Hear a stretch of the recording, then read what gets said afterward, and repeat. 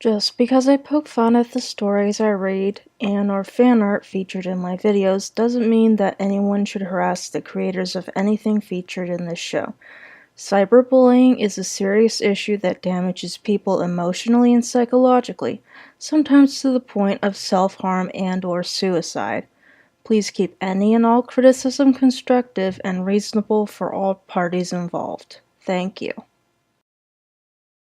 Hey guys, what is up? This is GothCat bringing you episode 3 of Not Sure of Troll, the show where I read that special type of crappy pasta that could be a purposely bad troll pasta for all we know. In today's episode, I will be reading Mark the Homicidal Killer versus Johnny the Butcher. That's right, we have two really overpowered Jeff the Killer clones for our enjoyment today. I hope you guys enjoy the show, so cue the intro.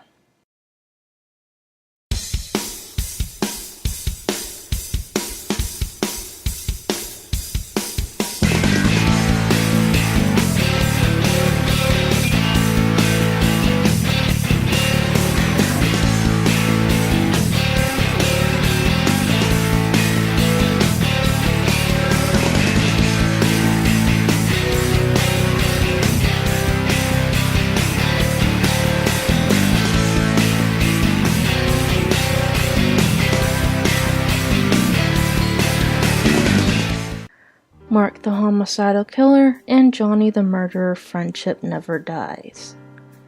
I thought you were dead, dude. What happened? Johnny said, looking at him confused. I was locked in Butler's underground classrooms for a few weeks. I don't know how I didn't die. After that, I went completely insane, Mark said, playing with the machete in his hand. I just can't believe it. I've looked all over for you, Jonathan said, looking at the other psychopath. You could have at least called me. I haven't seen you in 5 months, Jonathan said, starting to get angry. If I called you then, you would have called the police. Believe me, I didn't want to call, Mark retorted. Lies, Jonathan said, throwing the scalpel at him.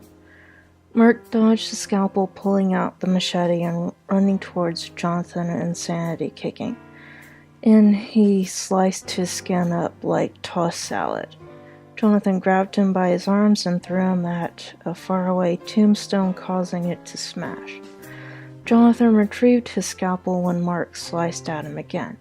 He dodged and sliced his cheek. Mark tackled him to the ground and was about to plunge the machete through his chest when he came to his senses about everything both of them did. CH2. Mark stood up and let Jonathan up. I'm sorry, Mark said. Yeah, me too, Jonathan replied. They were about to say something else until a bullet went into Jonathan's head. He hit the ground with a thump. Mark looked up with rage at the 5 officers on the scene. Mark couldn't control himself. He lunged at one officer, stabbing him through his throat. His hand twitched, causing the pistol to fire 3 rounds, 2 of them hitting 2 more officers he was about to go after, another when he felt a sharp pain pierce his stomach. One officer had impaled him with a shovel. Mark fell beside his friend as his world faded to black. CH3. At the Huntsville City morgue, there lay Mark Dishman's body, also known as Mark the Killer, lying on a cold operating table. Death due to disembowelment and blood loss, the mortician said to the criminal investigator. Anything else about him? The officer said, looking at the body. Well, it is astonishing. His body seems to be still healing itself even after death at an extremely fast rate. The only other person we have had do this was the patient downstairs, the mortician said, looking at his cart. Mark rose up off the operating table. He silently picked up his machete, slicing the officer's throat. The mortician was knocked to the ground in another chair. Your eyes, he said, pointing to Mark's face. Mark looked over to the mirror on the wall to see that the white part of his eyes were completely black and the green part solid white. He turned to the doctor. Well, that explains a lot, he said, lifting the machete up. Please, no, the doctor cried out. Shh, you'll be in a better place. Hell, Mark said, slashing into the doctor repeatedly, laughing hysterically at his screams. Once the doctor was turned inside out, he slowly walked out of the morgue. The only sound was his shoes clicking across the floor. CH4. Mark walked out to see guns pointed at him. Move and I will send you back to hell, the officer said through his megaphone.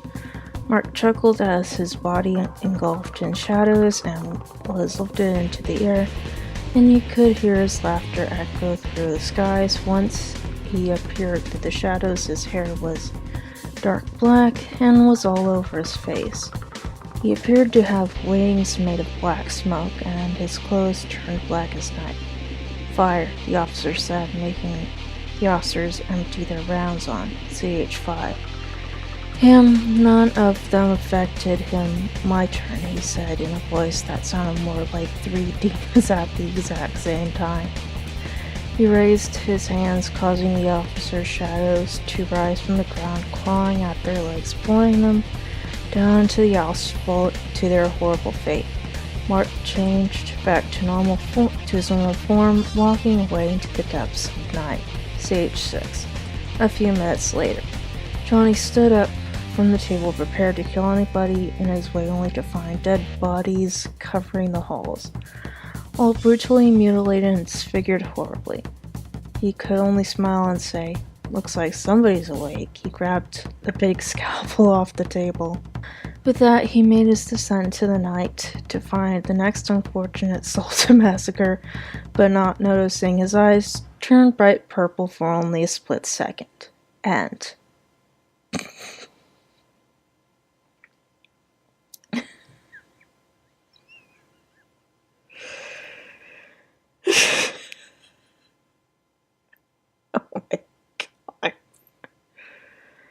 oh my gosh. Oh my god. I'm sorry. This shit is just really ridiculous. Obviously, this wouldn't stand a chance as a serious creepypasta because it is just it's just way too absurd. As a troll pasta, it would be close to okay. It would have been better if the grammar was either corrected or fucked up a little more. So it's obviously shit as a serious creepypasta, but so as a troll pasta. Like I said, this is, words cannot describe how ridiculous this is. First off, the only conflict we really see between Mark and Johnny is in that one paragraph, which, unlike the other paragraphs, was never labeled CH in their number. And they had the nerve to put the title and subtitle right above the first paragraph. And speaking of the CH labels, it's kind of awkward where we see the CH label meaning a chapter, whatever the fuck, and it's just like one paragraph. What else? Also, Mark and Johnny are, like I said, two really overpowered Jeff the Killer clones, and it's like,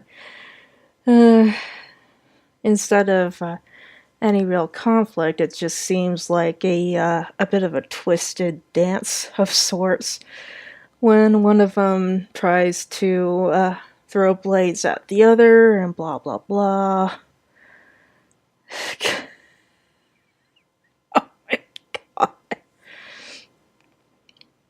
And then CH2, I'm sorry, yeah, me too. Also, it seems to feature Mark way more than Johnny. Johnny just seems to be almost an arbitrary character, and if you want to make this a better troll pasta, I'd say maybe equalize uh, how much I guess the writing equivalent of screen time each character gets, because when it's one character versus another, you kind of expect for there to be more about this conflict rather than just an arbitrary conflict at the beginning and then or being on an autopsy table in the middle, then getting back up and killing everybody. Uh, yeah, yeah. Let's see. And then in the last paragraph, it's just, hey, now Johnny's killing people. uh, yeah. There's only so much I can describe right here. But, yeah. Um, yeah. Sorry. Overall, it definitely could use some revising, at least if it has any chance as a troll pasta. As it is, it's kind of meh, to be honest. Okay. Enough of that bullshit. Next time, I will be reading 3 stories. One is called Bed Bugs. The other is another is a Sassy Mama, the Hungry Blood Lover, which is really funny. You'll find out when I read it. And then Apocalypse Denied. This is Gothcat signing out. Thank you and goodbye.